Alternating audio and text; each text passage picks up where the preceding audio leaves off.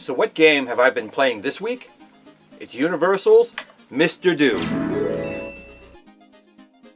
Mr. Do is an arcade maze game developed and published by Universal in 1982.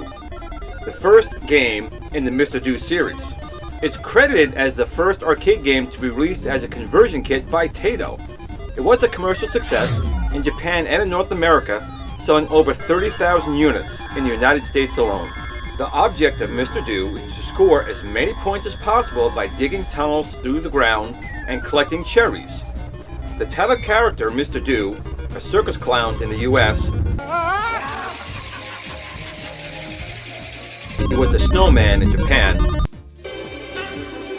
Happy birthday!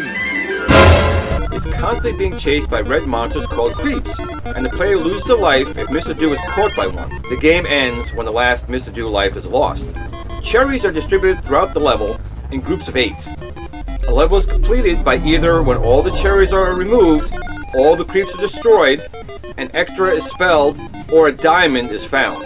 Mr. Do can defeat creeps by hitting them with his bouncing power ball, or by dropping large apples on them. While the ball is bouncing towards the creeps, Mr. Do is defenseless. If the ball bounces into an area where there is no creeps to hit, such as behind a fallen apple, Mr. Do can't use it again until he has retrieved it. Mr. Do or the creeps can push an apple off an edge of a vertical tunnel and crush one or more creeps. If an apple falls more than its own height, it breaks and disappears. Mr. Do can also be crushed by a falling apple, causing a loss of a life. Occasionally, the creeps transform briefly into more powerful multicolored monsters that can tunnel through the ground. If one of these digs through a cherry, it leaves fewer cherries for Mr. Do to collect. When it digs under an apple, it often crushes itself or other creeps, and or even Mr. Do.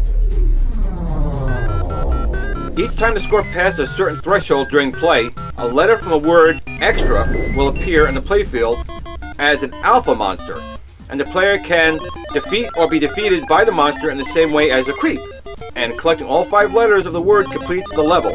Alpha monsters attempt to eat any apples they encounter, which makes it more difficult to crush them. All the creeps spawn at the center of the screen. After they've all appeared, the generator will turn that area into a food item.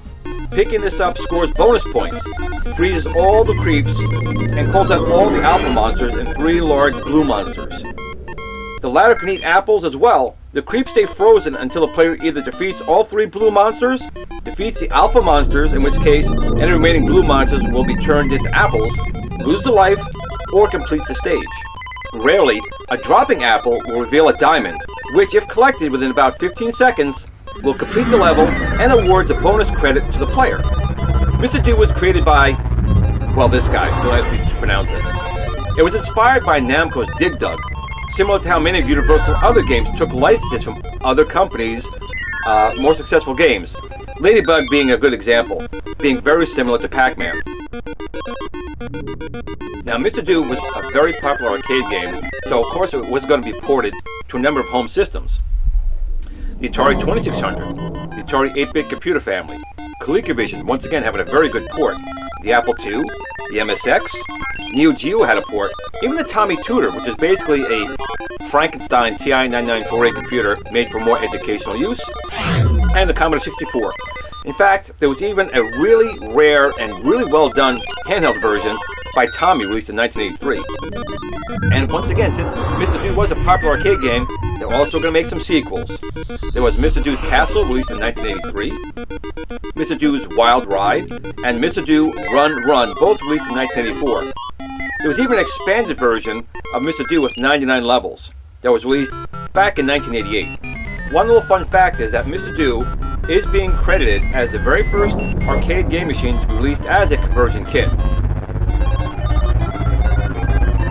So you can see there's a multitude of different ways to play Mr. Do. Of course, the best is still the original arcade game, which is available, of course, in MAME. But if you do have a home console, there's some pretty good ports out there as well.